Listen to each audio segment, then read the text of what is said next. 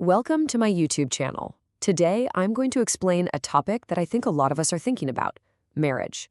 Specifically, is this institution that's been around forever shifting away from being about love and turning into some new kind of social obligation? We're going to dive deep into the history, the psychology, and some of the really surprising pressures that define modern marriage today, and try to figure out what it all means for us. So let's just jump right into that big central question. Is marriage becoming a social obligation instead of being about love? Now, on the surface, you'd probably say, of course not.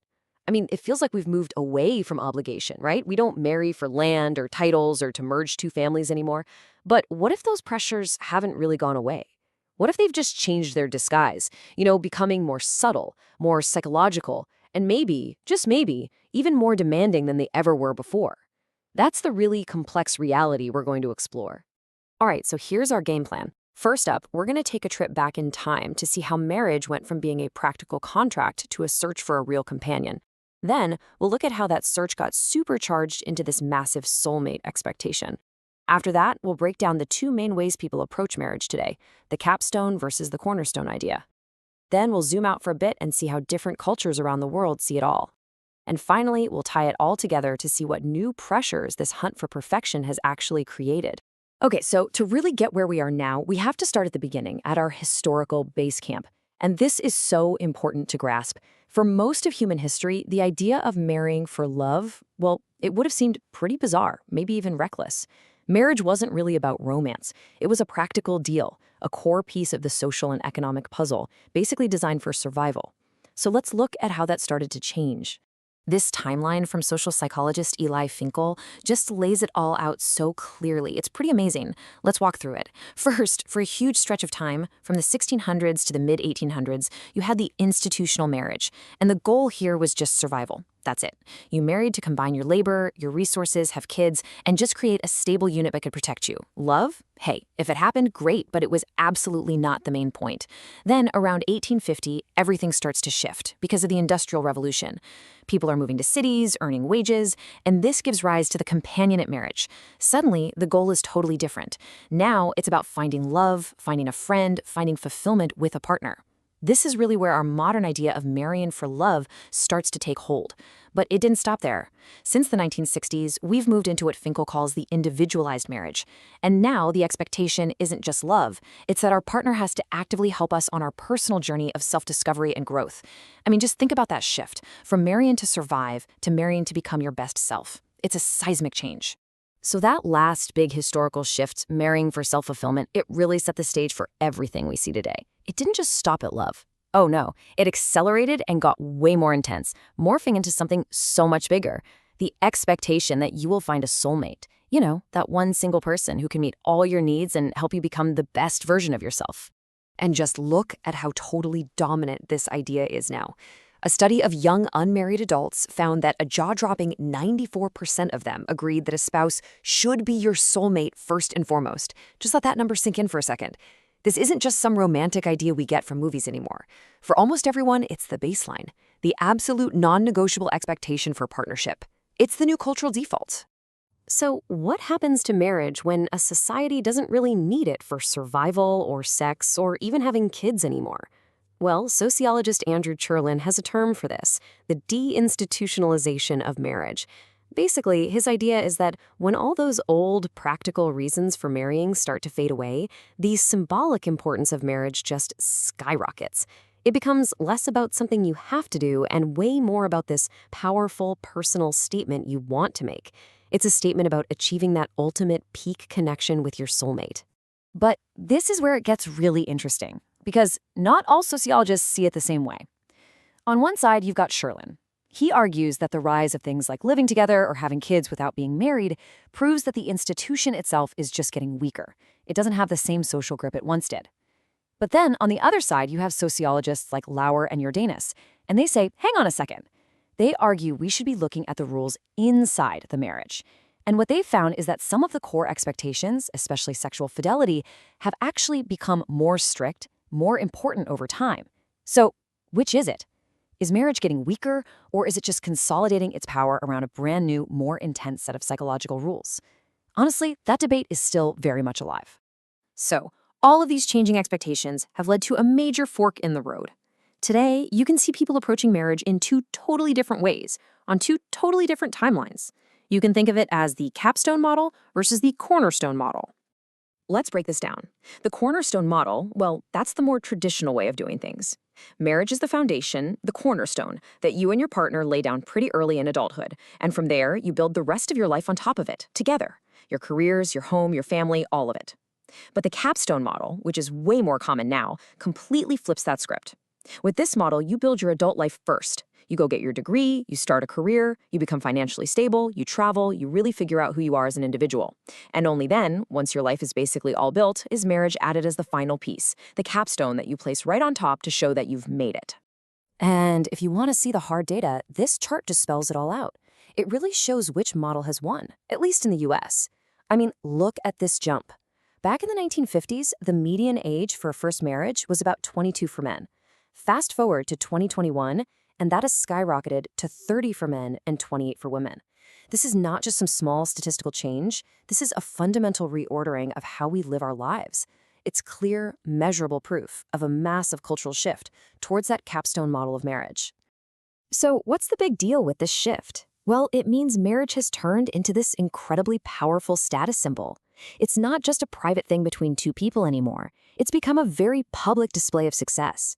The sociologist Andrew Sherlin even calls it a super relationship. It's seen as the ultimate achievement for two successful people. And it's often capped off with a huge, expensive wedding that basically signals to everyone, look at us, we are financially and personally secure. We've made it. But, this new model isn't perfect. The State of Our Unions report points out some pretty serious potential problems that are worth thinking about. First, there's what they call paradoxical preparation. It's this idea that having more dating experience makes you better prepared for marriage. But the data, well, it kind of suggests the opposite might be true, linking more past partners to lower marital quality later on. Then there's the resequencing of family life, where having kids now often happens before getting married, which completely changes the traditional role of marriage. Third, the bar for entry is so high now, you need that financial stability, that career success, that it can turn marriage into a luxury good, something that feels totally out of reach for a lot of people.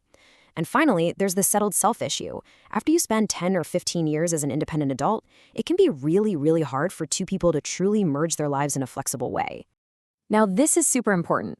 We need to hit the pause button here and just remember that basically everything we've talked about so far, the individualized marriage, the soulmate thing, the capstone model, that's all largely a Western individualistic way of looking at it. But the world is a huge place, and what marriage means is definitely not universal. So let's step outside of this box for a minute and broaden our view. Take a look at this quote. It comes from a study on Palestinian couples, and it offers a completely different way of seeing things. It says, in collectivistic cultures, marriage may be satisfying to the extent that it fulfills familial duties. I mean, that one sentence just flips the entire Western model upside down. In these cultures, the success of a marriage isn't really measured by how happy one individual is or their personal growth. It's measured by how well that marriage serves the needs of the whole family and the community. This table really makes that contrast crystal clear. In individualistic cultures like here in the US, the main goal is personal happiness, right? Self-fulfillment. Our identity is based on the I. Romantic love is seen as the absolute must-have prerequisite. And duty, well, duty is often seen as a burden, something that gets in the way of our happiness. But in collectivistic cultures, the goal is about fulfilling duties to the family, making sure the group is doing well. Identity is based on the we, the larger family unit. And yeah, love is valued, but it's often seen as something that grows out of a commitment, not something that has to come first. In this view, duty isn't the opposite of a good marriage. It's a core ingredient. Of course, none of this is happening in a vacuum. We live in a globalized world, and these lines are getting blurrier every day. We're seeing from places like Pakistan and India that, thanks to social media and cultural exchange, those Western ideas of individual choice and marrying for love are becoming more popular everywhere. And this is creating this really fascinating and sometimes pretty challenging blend where young couples and their families are trying to figure out a new way forward, trying to honor traditional duties while also making room for this modern desire for personal choice and romantic love. Okay, so with all that global context in our back pocket, let's bring it back home to the modern Western model. We started this whole thing by asking if marriage was becoming an obligation instead of being about love. But what if that's the wrong way to ask the question? What if our intense, all-consuming search for love has created its own set of powerful, unspoken, and maybe even more demanding obligations? Just think for a second about what we expect from a partner today. Eli Finkel talks about how we've climbed to the top of Mount Maslow with our expectations for marriage. We're not just looking for someone to provide for us or to be a good companion anymore. We are looking for one single person to be absolutely everything for us: our co-parent, our financial partner, our best friend, our therapist, our intellectual sparring partner, our passionate lover, and the main driver of our personal growth. We expect one individual to give us all the social, emotional, and psychological support that for most of human history, an entire village used to provide. That is an unbelievable, almost impossible amount of pressure to put on one relationship. And this quote, this gets right to the heart of the conflict we're all in. We are raised on a steady diet of fairy tales and rom-coms, completely sold on this beautiful dream of effortless love and lifelong happiness. But then, when things get hard, and they always do in any real long-term relationship, society kind of changes its tune. All of a sudden, we're being pushed to stay married out of a sense of duty, either to our vows or to our kids. It's like a classic bait and switch. One source even calls this a form of mass manipulation. The argument is that this beautiful, cherished idea of romantic love is actually being used to create a new and maybe even tougher social obligation.